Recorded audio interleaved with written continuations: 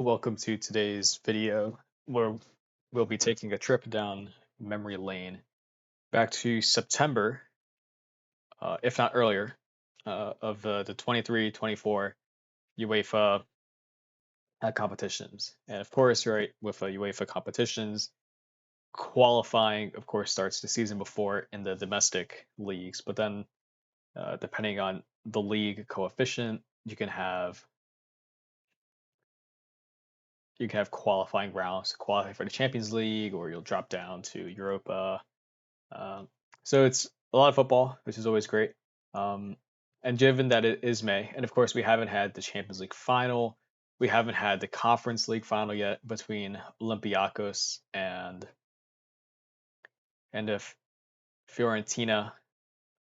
Uh, still, the timing works out decently today. It's a rainy day. And so it is a fun way to go down memory lane. It might be a bit rambly, and of course, um, just my opinions, but I will try to only talk about games that I've actually watched. The good thing is I would say I watched a decent chunk of these games on the match days 1 through 6, through the knockouts. Uh, so,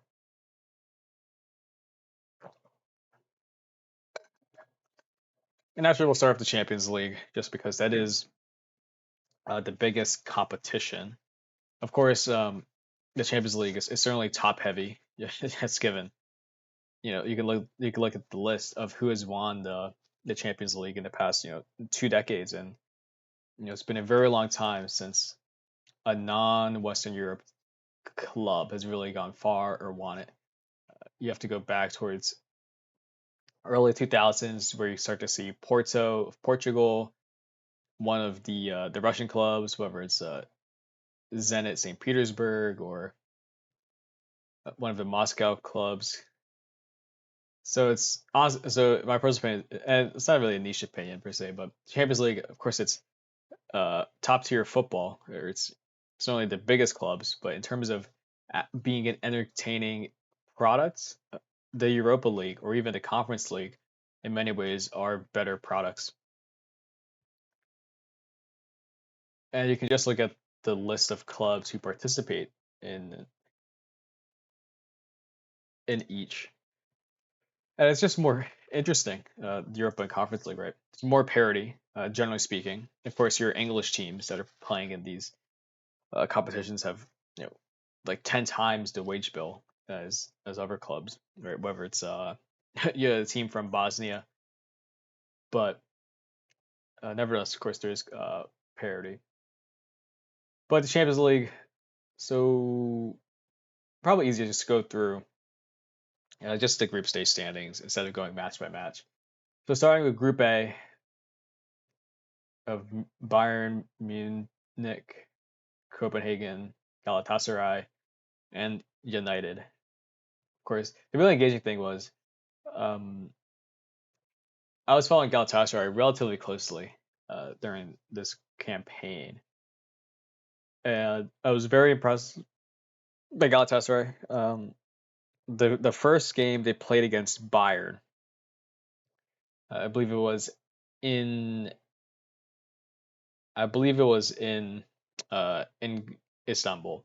But that game, Galatasaray, they honestly should have gotten something from that match against Bayern in that first match because they were really, really impressive, like extremely like that, like uh, Okan Barak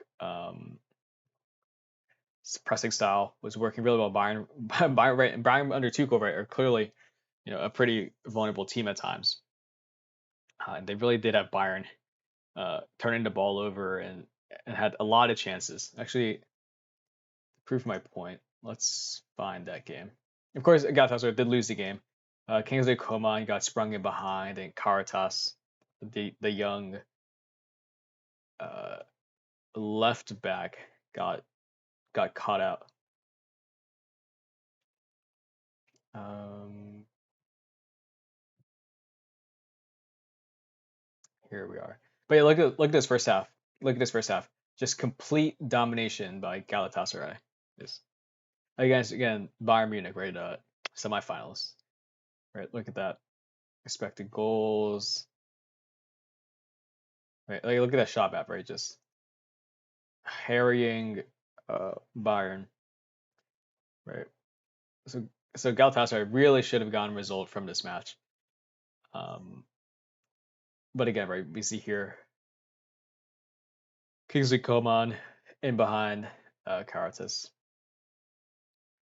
Uh, but I think Galatasaray yeah, were play entertaining. Right? Of course, they started out the campaign with a, an impressive comeback, but needing to come back against Copenhagen, which was uh, a bit surprising, right? Given that Galatasaray is, you would think, the bigger club.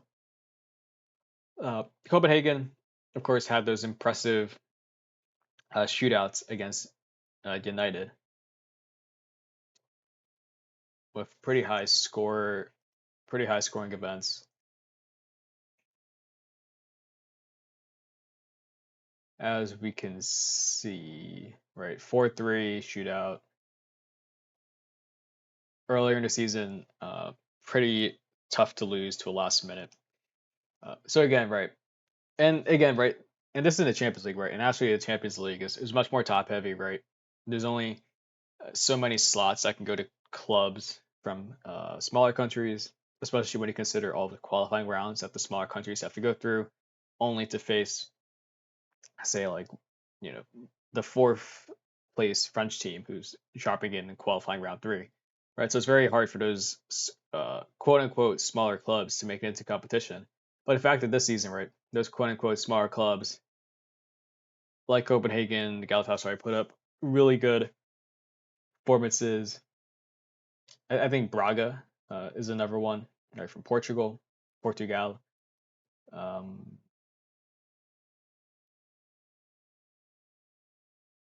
but that's about it, right, from this season. Shakhtar of Ukraine beating Barca 1-0 is one, right? But even then, right? So you have three teams in the Champions League, right? But again, that just goes to show why the Europa League and Conference League are just more interesting products, just given uh, the more parity that exists.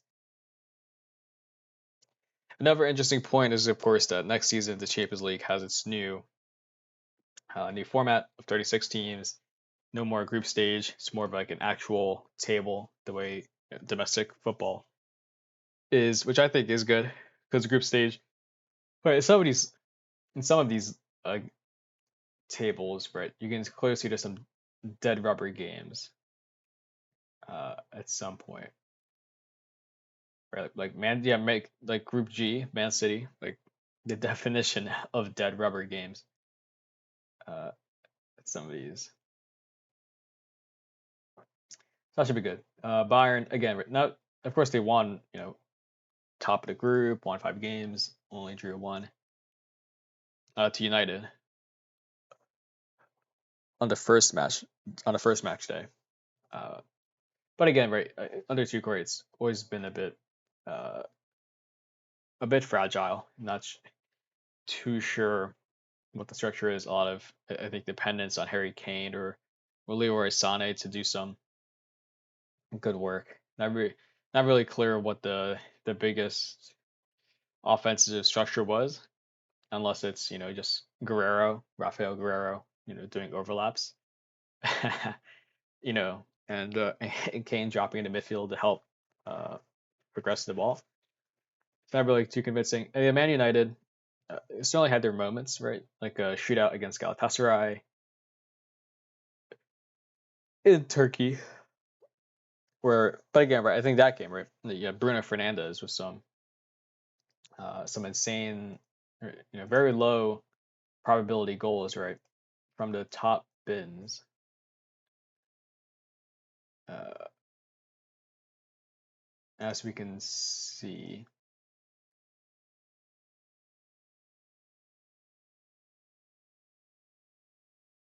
right, like this goal from Bruno Fernandes, right? You know, how often would you bank on that? Of course, Onana. This is the first half of the season, of course, in November, and so during this time, of course, you had Onana, who did look a bit shaky. as you can tell from these two free kicks from Ziyech, that uh, were kind of funny to witness. Again, similar problems to Bayern again with Ten Hag. Not really quite sure what style of football. It's not like pragmatic football, you could say, but given it's certainly not the type of football you know that was played at Ajax during that impressive 18-19 Champions League run. And likely Ten Hag is fired this summer. Uh, but again, right, that's just you have to restart the development process. Although certainly, suppose in this case, where there's not as much of a preordained identity, um, for the next manager, a bit more of a blank slate. Just given the fact that uh, the style of play is pragmatic and just very basic fundamental stuff that you can build off. Of course, the right defense needs to be rebuilt. But yeah, so Group A I think was pretty entertaining in large part because of the weakness of Bayern and United, which means that Galatasaray and Copenhagen put up strong performances that made these games pretty close, right? Like Bayern had to sneak past Copenhagen and score late to win one of those games against Copenhagen, right? Galatasaray, ran them hard. So I think Group A was a pretty entertaining group to watch. Group B, a pretty a group where you could tell it was lopsided in terms of financial capabilities, right? Arsenal clearly separate from the rest of the pack, and then among Eindhoven of the Netherlands, Lyon of France, and the Sevilla of Spain, a bit more parity. And personally, I certainly rated Sevilla much more than was warranted. It's only given Sevilla's performance. Sevilla had a game against Arsenal at the Emirates where if I show you what the stat line looked like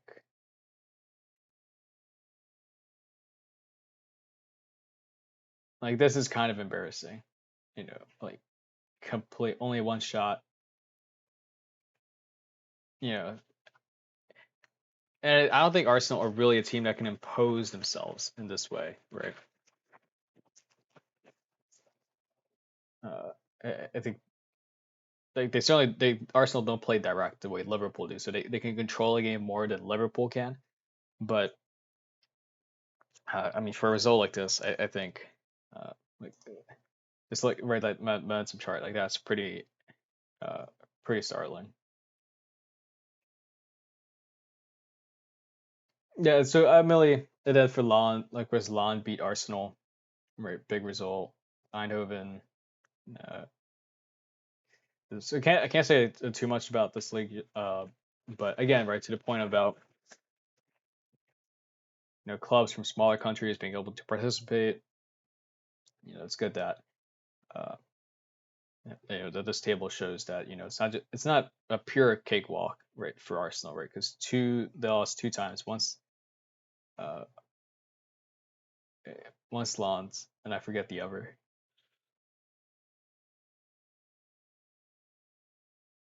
Group C, that's a pretty. I think Group C was also a pretty entertaining league. Some of those matches between Madrid and Napoli were very entertaining. Like that one, I believe it was like 3-2 game where like of course you had like Freddy Valverde smacking one into the top, such velocity. Braga, Union Berlin. The game Braga won against Union Berlin, where there were some incredible goals from Bruma and company. Was quite impressive. And of course, right, Napoli sneaking through, even with all of their poor form of Rudy Garcia. And again, right, to the point about smaller clubs perform well. Right, Union Berlin, a fairly small club in the grand scheme of its relative peers here, acquitted themselves well. I think Braga should have gone a result against Madrid in the first game they played. I think Braga were the better team. I think this was the first half of the season where Madrid were very dependent on Jude Bellingham pulling stuff. Not much of a coherent style. Vinny Rodrigo is your front two is containable if they're forced centrally, and then therefore you can compress the field because it's not like Carvajal or uh, Fran Garcia are gonna destroy you if you leave space for them.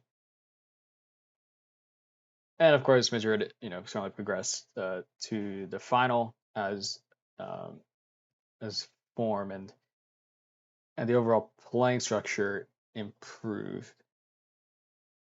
Oh yeah, so Group C was also pretty entertaining. Group D actually, Group D was also another.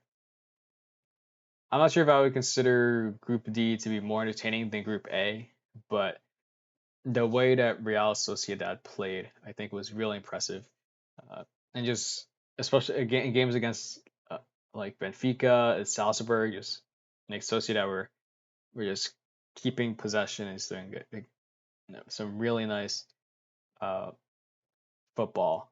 And they went to San Siro against Inter, and they held on for a draw. And so I was very impressed by Real Sociedad and that type of system that they play. It's very impressive and very fun to watch.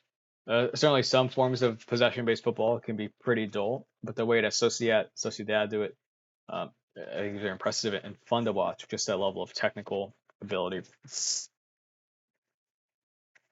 Of course, the issue is right. Only scored 7 goals in the group stage, which ended knockouts against PSG. PSG, of course, came to be an issue because apparently Andre Silva and Takefusa Kubo don't really hack it. But again, with that possession style, right, and solidity that comes as a result, right. Um, it's not like an offense is the best defense, but it's if you have the ball, by definition, the opposition doesn't have the ball, and if you don't have the ball, it's pretty tough to score. So very impressive. Benfica looked really poor, to say the least. A very amusing performance. Of course, Benfica somehow had a really impressive, but it's just a really fun to watch. 3-3 shootout against Inter, where they took the lead uh, against Internacional on the second to last or last match day. Last match day, or excuse me, second to last. All right, where Benfica somehow took a 3-0 lead, and then Inter came back. Again, Benfica under Roger Schmidt, looked pretty poor. Of course, uh, Arthur Cabral didn't seem most impressive, and I think Marcos Leonardo is pretty good and a good feature. The playtime for him has certainly in the first half of the season was tough, of course, with the transfer. And then Salzburg, not much to be said for the Red Bull uh, sports marketing club uh, to say. Groupie in not as entertaining. Atleti, right? Probably the biggest. Celtic, pretty disappointing. Of course, they did manage to pull off a draw. Oh, I didn't realize we could do this. Pull off a draw against Atletico. Lazio did pretty well. Of course, Lazio's form.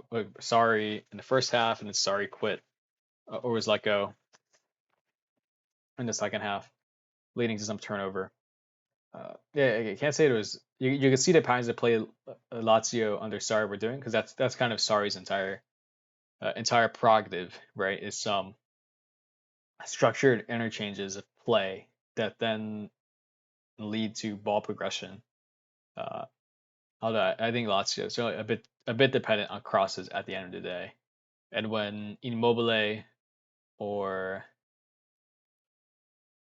I forget the name of the new of Tati Castellanos are your target men. Right? They're not really that profile, which kind of struggles.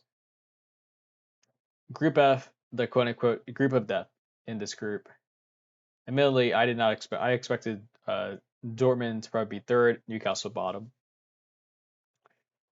So roughly got it somewhat right and wrong. Milan really should have done better in the first match day against uh,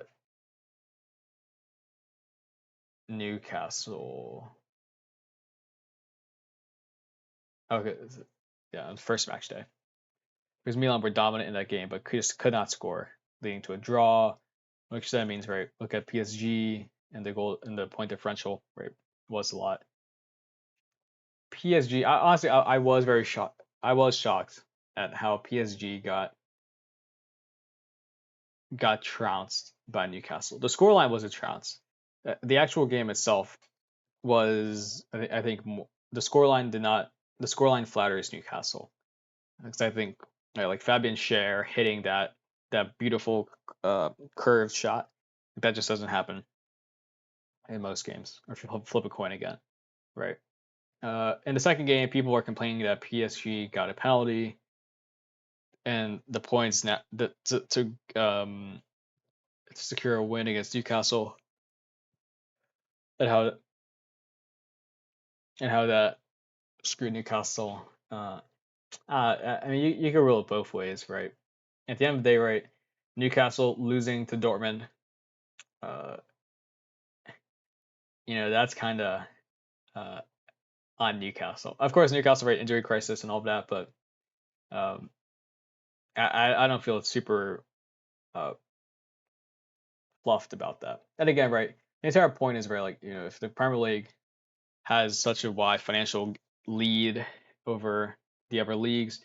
Well, a lot of that's probably because it's a 20 league team, so you have 38 match weeks or match days, which means you have more days to get media rights from for your media deals compared to say uh, the Bundesliga or Ligue 1 in Germany and France, which only have 18 teams, and so only 34, right? 17 times two versus 19 times 2. So only 34 match days versus 38 match days, right? 4 match day difference. Impact on media rights, the amount of domestic cups you have from the FA Cup, Carabao Cup in England, just like the DFB Copal in Germany, right? Again, that's a conscious choice, right? To prioritize those things. So to me, it's kind of, and again, right, you have bigger budgets as a result of that. So then, therefore, you should have a deeper squad of players, or you can invest more in your academy and youth systems in order to have some reserves that are ready to go and get playtime to help out. So I'm not too sympathetic to like the English club. We're too busy. How come France can reschedule PSG, Lille, and Marseille to give them a week off in between their European competitions? And at the end of the day, right, like the performance of a country's teams in Europe UEFA competitions is really beneficial, right? Because of the UEFA coefficients. Actually, let me pull up because the UEFA coefficients determine and strongly influence things like whether you get a direct qualification into the Champions League, how many teams get to participate in UEFA competitions, right? It also affects how much money clubs get for participating, right? And so again, I'm not really favorable to England, right? Have complaining about these things when, uh, again, right? If you want to have this points advantage and you want to have 8 clubs participate in European competitions, then you kind of have to walk the walk and talk the talk.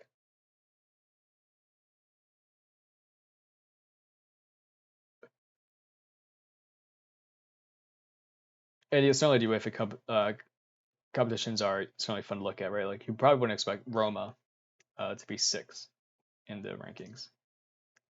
But yeah, Group F, pretty entertaining. Um, Again, Dortmund, those games against Newcastle were pretty impressive. Beating Milan in San Siro, also a big result. And somehow, again, I do not rate Terzic too highly. I don't think there's much structure I think during this time, Dortmund were also smacked in their Klassiker by Bayern in this first half of the season. Uh, but again, there's no respect for pulling through and grinding out results. Again, right, that first game, the first match against Dortmund PSG, where PSG were very controlled the ball and just didn't give Dortmund much. Certainly to me solidified my impression. Uh, but yeah, I think Group F certainly one of the more again just like the the stature of these clubs, right? Like certainly all four. Certainly Newcastle's probably not so much, but certainly like these three, right? Certainly big clubs, big atmospheres, and certainly when you think about football grounds you need to go to, right? San Siro, Parc des Princes, uh, Signal Iduna Park, even though no one calls it that, and uh, St. James's Park. It's only a very iconic roster. Group G, not so much to talk here. Um,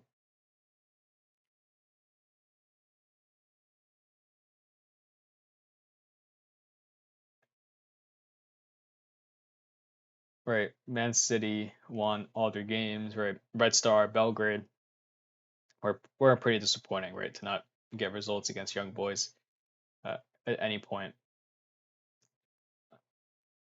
And Leipzig, again, it's certainly Leipzig this season, similar to Dortmund. Certainly what you'd expect from one of the top German teams, but a bit flaky at times. But I do, they did pull off a pretty good resistance against Man City in one of their two games, where Luis Openda did some lethal counterattacking. But not much to speak about in Group G. At Group H, I really think Porto should have beaten Barca in the first match they played against each other. If it wasn't for that mistake in midfield, Porto, because I think Porto, right? Porto last season, right, were extremely unlucky to not get past Inter, right, with that crazy sequence at the end of a Grujic off the post and a Taremi scuffed chance. Uh, so I think Porto should have gone past Barca, and especially when right the games that Porto lost were functionally against Barca, right, and they took care of business against Shakhtar and Royal Antwerp, right. Barca looked pretty poor. Again, losing to Shakhtar, or not convincing, right? Lost to Shakhtar, beat Antwerp, although even then it's only a bit dodgier, and then Porto struggled a lot. Uh, and I think Shakhtar uh, certainly outclassed Royal Antwerp. But again, right, Royal Antwerp have a tough financial situation that we'll probably see the consequences of this summer. So that was the group stage. If we move to the knockout, Inter Atleti, of course, Kane was at the first one, the first leg where Inter won 1-0. Arnautovic really should have put away some of his chances, like they were really solid chances. And in the return leg, Atleti came back uh, and took care of business at the Wanda Metropolitano. Of course, though, again, like if it wasn't, uh, yeah, yeah, Inter really should have buried those chances. I think Atleti then just saw foundation again. Atleti this season, because you're still your popular stereotype of Atleti, of a very defensively solid team, not too interesting attacking football. Like that wouldn't really be the case this season. Or Atleti, if you look at some of their matches, like they have involved themselves in way more shootouts this season than you would expect. If I was a braver man, I would look up, I would go to their match history, but I'm not. But again, right, like that 6 against Celtic. So I just think domestic games. Uh, so that's Atletico, Dortmund, PSV. A bit of a grindy occasion. but there's a difference between the two clubs, and Dortmund I think benefited just from some individual class against Peter Bosch's side. PSG, Real Sociedad, right? Two playing styles that are relatively similar, right? Luis Enrique and the Real Sociedad manager who has a pretty Basque sounding name. But again, right, but the difference was PSG had a clinical finisher in Mbappe. You could take his chances, and Real Sociedad just didn't. So a lot of chances went by for Sociedad about PSG, right? Because PSG, like the scoreline makes it seem like they were dominant, but in the run of play, certainly in the first half, right before the first any goals were scored, right, it was very even, if not favoring Sociedad by just being having a better midfield, right? Of course, the critique of PSG is just that the midfield is a bit lacking. Personally, I, I think Fabian Ruiz is a pretty good midfielder. I think Ugarte is pretty good. Of course, Ugarte is certainly in the second half of the season been frozen out to some degree. But again, right, just having that clinical finisher, that X factor, is certainly an advantage. Of course, you have to pay a lot. Whether it's PSG to keep Mbappe or what Madrid are going to have to pay Mbappe. Uh, but that's the difference. And then Barca, Napoli, again, right, two clubs struggling. I think in this case, then it was just a better overall supporting cast for Barca, right? Because Napoli really dependent on Osimhen to just get the ball and hold it up the field, and also then to score. And you can see Napoli just like spam crosses in, whereas Barca, a certain point, right? Like if you have good wingers and good attackers, you can uh, naturally squeeze a goal out. Arsenal, Porto. Porto won the first leg. Arsenal the second, 1-0 penalties. Yeah, I can't complain about the match result. As also Arsenal were uh, has had more possession, we're getting shots off more, but again, right, like the way that Porto played, like very solid, and they were counterattacking, right, and getting up the field. And at the same time, right, like for Pepe to be almost 40 years old, and if not 40, and to be putting in a masterclass of defensive work, very impressive. Bayern, Lazio. It took the second leg for this tie to be put to rest. But I think here you just see again. I think just a difference in class, and where Lazio aren't parking the bus, but they aren't doing a full blown up press, and Bayern was able to get past it. Madrid, Leipzig, Madrid. Honestly, like it's surprising to say it now, right? Because Madrid are in the final and are favorites against Dortmund uh, next weekend. But in like Madrid, were very lucky to I think again I say this as somebody who has no love for any of the Red Bull clubs, as you may have heard from the Red Bull Salzburg, but Leipzig were the better team than Madrid. In this case, I feel like supporting that claim.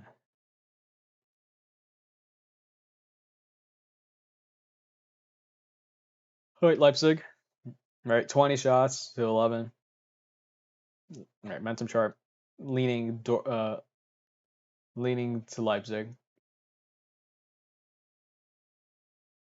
And here again, probably should have got one of these in if it wasn't for that Brahim Diaz wonder run or individual brilliance.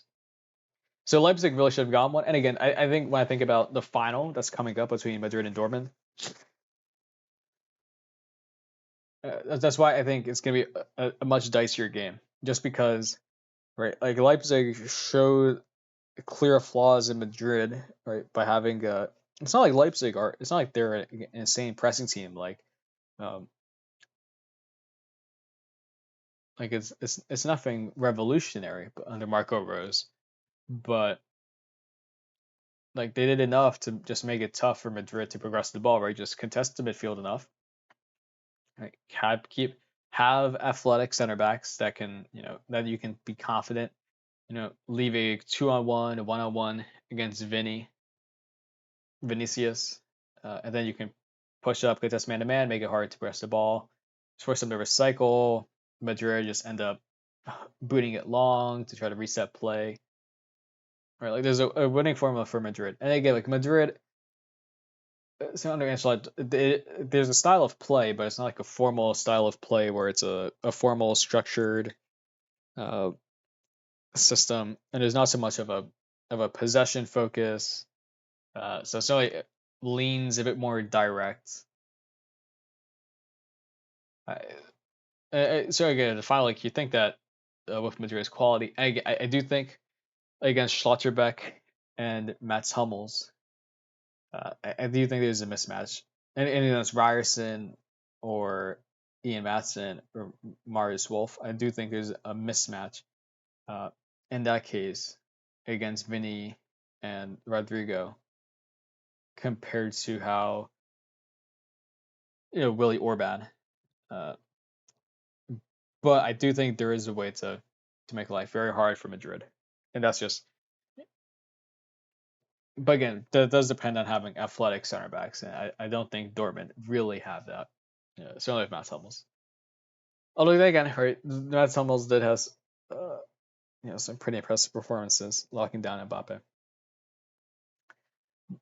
City, Copenhagen, not much to be said. And that case, just again, like Man City, like they can suffocate the ball and just honestly, like, in some ways, like Man City, like they're not a super fun team to watch because like they do play pretty indirect and they are very happy just recycling the ball with that technical ability. And again, you think with Holland, Erling Holland, like you'd be willing to certainly be a bit more progressive in terms of like physically moving the ball down the field and spring it into space, but there's only are able to control the game. And again, right, and when you've got a lot of competitions domestically and on the continent, it certainly does help to maintain energy, let the opponent tire themselves out trying to get press it, get the ball back. I don't think in today's video I'll get to the Europa League or Conference League, but then I should be able to then do a full retrospective once we have the champions in all of these competitions. And again, so somebody know, right? So that's the round of 16, and so we look at the quarterfinals. Like, what countries are all the quarterfinalists from? Spain, Germany, France, Spain, England, Germany, Spain, England, right? So we don't have any Portuguese teams, don't have any Italian, no Danish, no Dutch, right? And that's just how top heavy, right? It's all your usual suspects, right? Uh, Spain, England, Germany, right? And so if you think about the club the coefficients,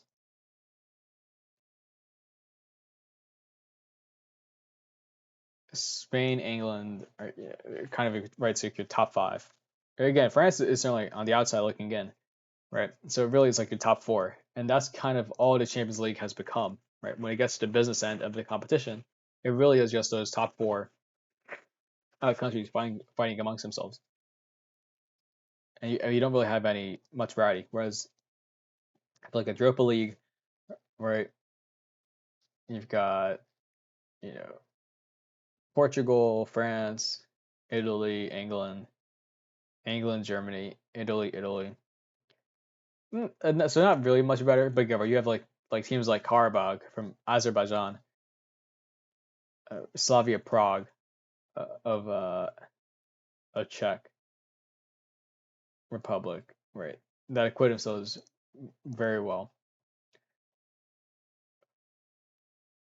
Austria, Greece, Israel, Belgium, Turkey, Greece, Croatia, Sweden, Belgium, Israel, Italy, uh, Pilsen. Is that Czechoslovakia? Is Switzerland. Right. Again, just much more variety.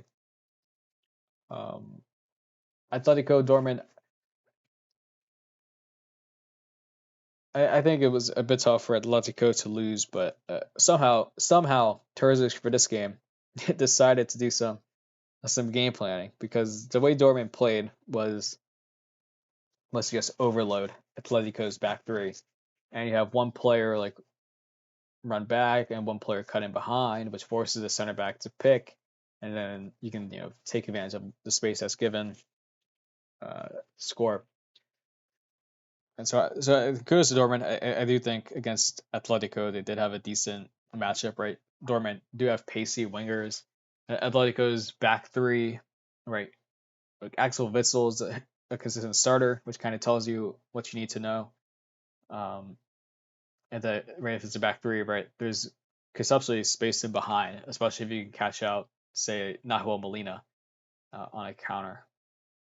PSG Barca, a pretty close tie, right?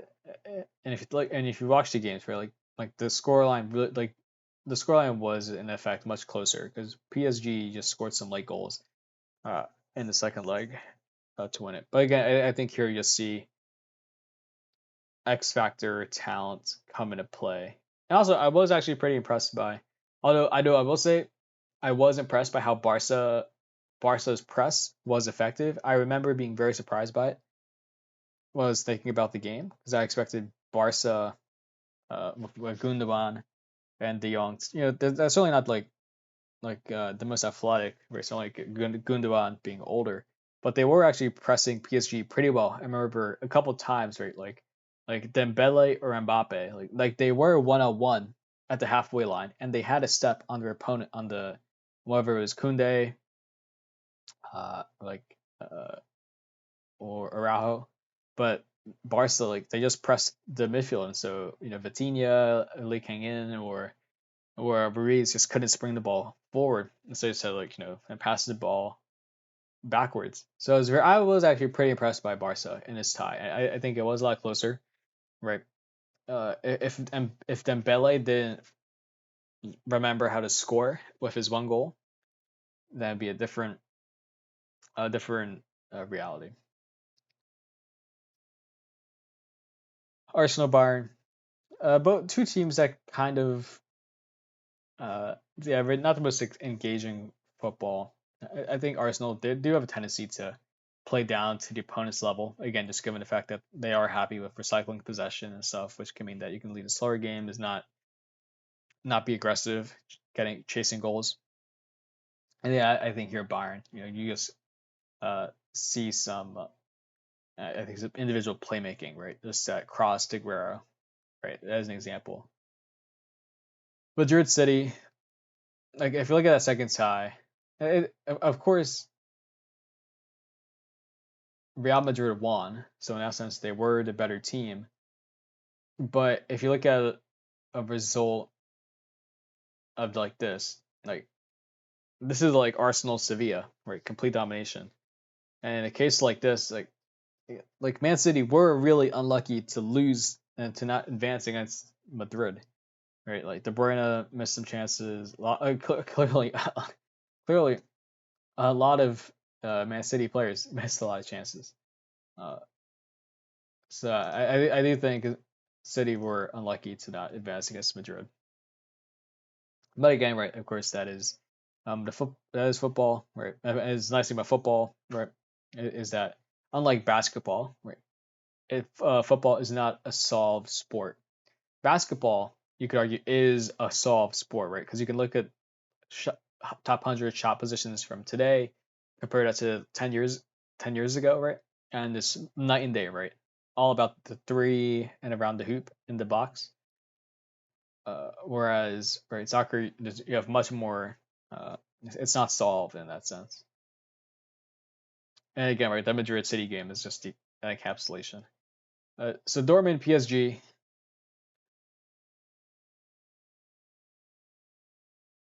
was actually pretty surprising for PSG to not score once. Of course, PSG hit the crossbar a good amount of times in the second leg. And honestly, PSG again probably should have gone something from this game, but surprisingly, I think PSG struggled to progress the ball which is funny to say given that Dortmund don't have the most impressive midfield. So I would have thought that PSG could overload the midfield and move the ball. And the secondly, Dortmund's back four in defense held up pretty well against Mbappe and Dembele, and they didn't. Those guys didn't really have like full license to terrorize the field. So again, kudos to Dortmund, right? Again, a solid game plan, right? That just nullifies the opponent's strengths. And I think the way to nullify PSG, because some of PSG's strengths, right, are is just like transition moments, right, and using your like Mbappe, right, just using that pace in transition moments and some of the finishing ability. And I think some of those characteristics, of course, PSG and Madrid, very different play styles, but in terms of like their easy ways to get goals, right? Like PSG's easy way to get goals is just Mbappe spring him loose, and Real Madrid's easy way to get goals is spring Vinny or Rodrigo loose into the opponent's half. I think clearly Dortmund have shown some ability in nullifying that. Again, right? I was, Matt Hummels is old. Maybe I was a bit throwing shade at him, but against Mbappe and Dembele did a very good job. And that's what gives me hesitation about. Uh, so I'm just Madrid winning, and also then certainly not strong favorites.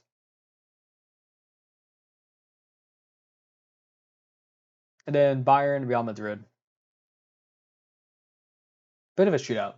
Some of those Vinicius goals I think were really impressive, and I think if you're a center back, I think Kim Min Jae was told to keep up with Vinicius, like help follow him into midfield. Uh, and again, right, if that just goes to show uh, Bayern Munich's lack of identity and cohesion under Tuchel, right? Because if you're telling your center backs to follow like the opponent's wingers and strikers into midfield, well, concept that like that does leave open space behind. However, the difference is why are you having them follow into midfield?